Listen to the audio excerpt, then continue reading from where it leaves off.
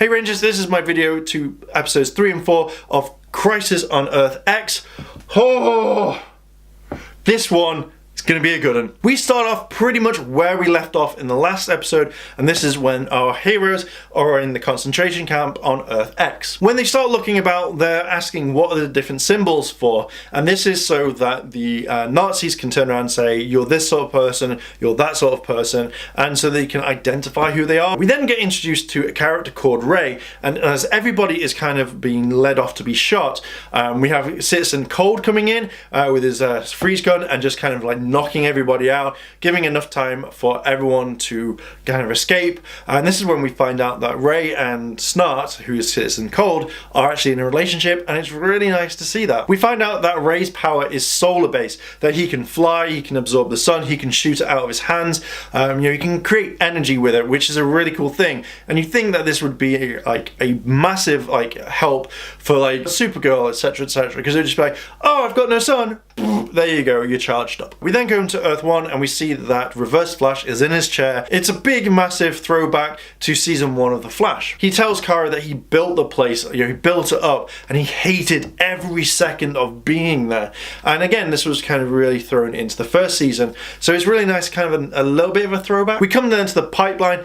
Everybody's in there. Cisco finally wakes up. He starts kind of freaking out a bit, and everyone's like kind of talking about this. And it's kind of interesting because he thought that Denise Cisco would have built something so he was able to get out, or like a secret switch, or be able to vibe out. But obviously, no. We've got like the power dampeners, which is a little bit. Oh, you kind of think he would have built something for it. We find out that the Freedom Fighters are actually in the Arrow Cave, which is kind of cool. It's really nice seeing that entire set not looking so pretty.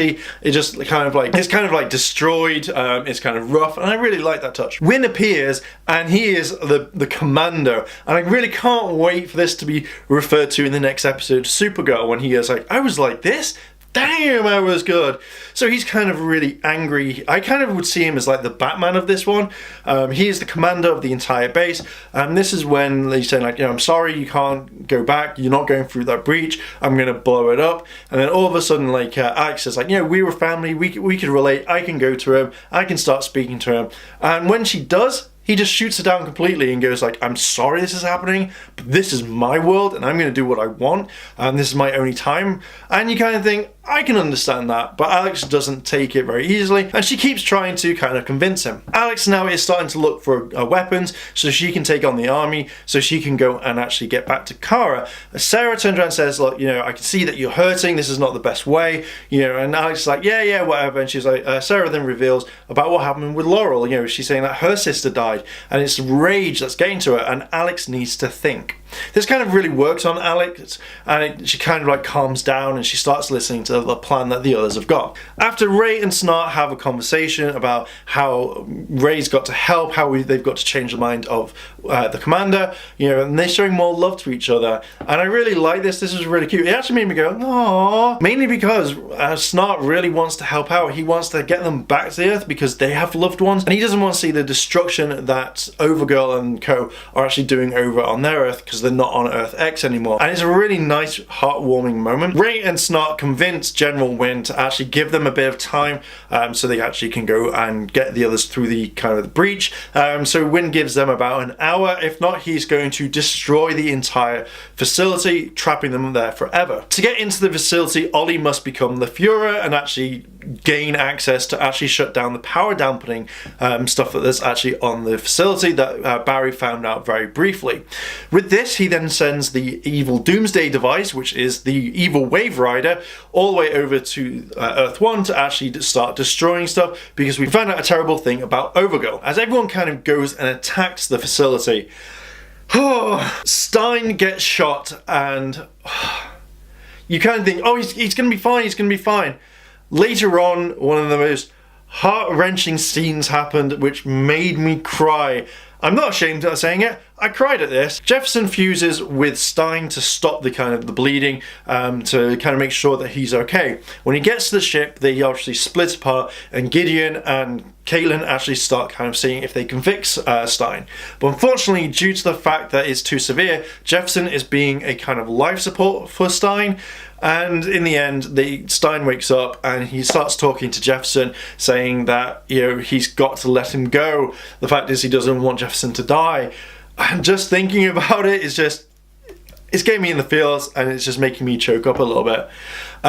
Stein passes away and Jefferson doesn't know what to do. Just before Stein dies, he tells Jefferson to go and tell Clarissa and his daughter that he's passed on. And that moment when they have this whole speech and where they have this whole talk about what's going on, it gets right in the feels.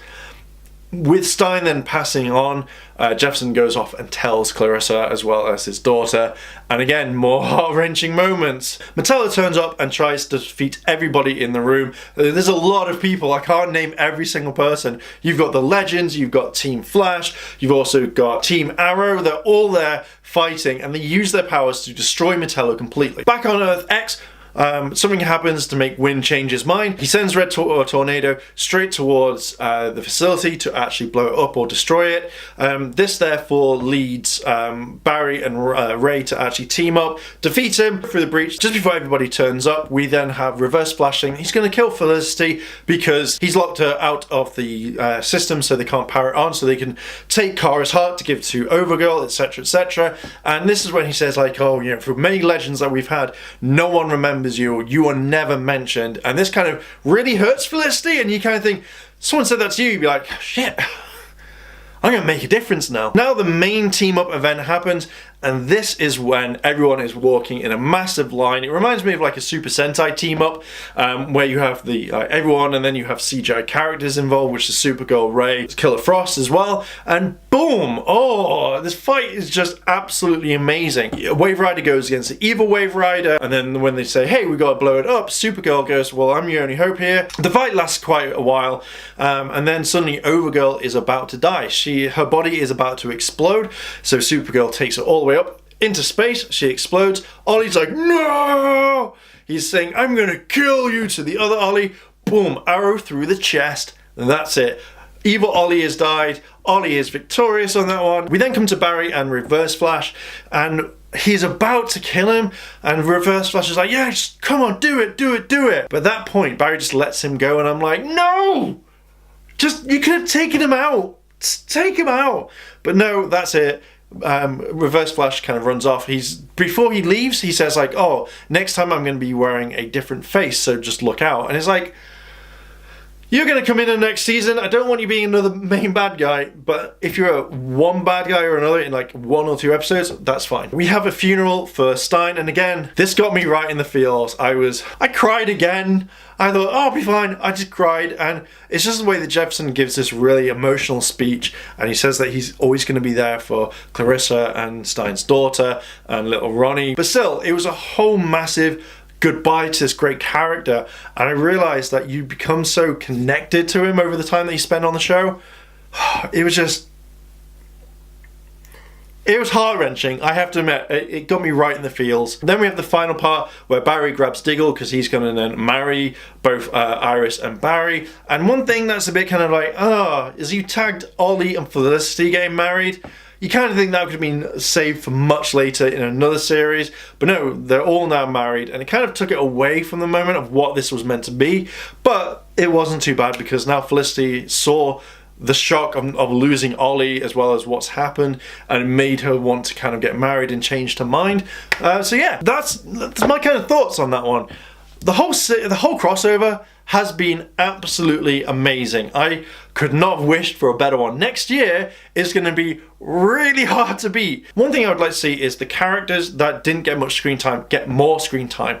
We all complained about how Supergirl didn't have that much influence in the last one with the Dominators, and now I kind of want all the characters to have more. Like the Legends turn up at the very end in their one, but you know, it's the main characters like Sarah, Stein, Jefferson, you know, they all got more screen time, and I kind of think, oh, I'd like all the Legends to have more screen time, or maybe if you're going to swap them out, have like Ray as well as Nate and all that, as well as more Mick, because Mick was absolutely perfect in this, and I thought, do you know what?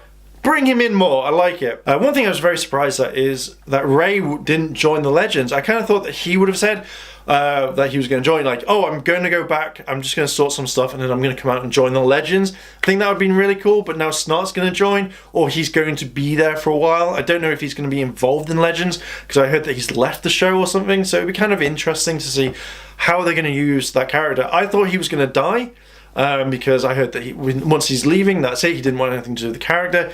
So there's a lot in here. But these last 4 episodes were absolutely amazing. I couldn't have wished for a better crossover. Everything was awesome. And the way that it got you, it feels, if a show can make you cry, holy crap, you are doing a great job, and that character was well written. So Rangers, your question is, what did you think about this crossover? Did you love it? Did you hate it? Do you think it's the best one they've done? What was your favourite moment? Did the death of Stein, did that pull on your heartstrings? Let me know down below in the comments, and if you've liked this video, like, favourite, comment and subscribe. Check out all the other videos we've got on the channel. If you want to help support the channel on Patreon, link is in the description down below. And as always, Rangers, thanks for watching, and I'll see you in a bit.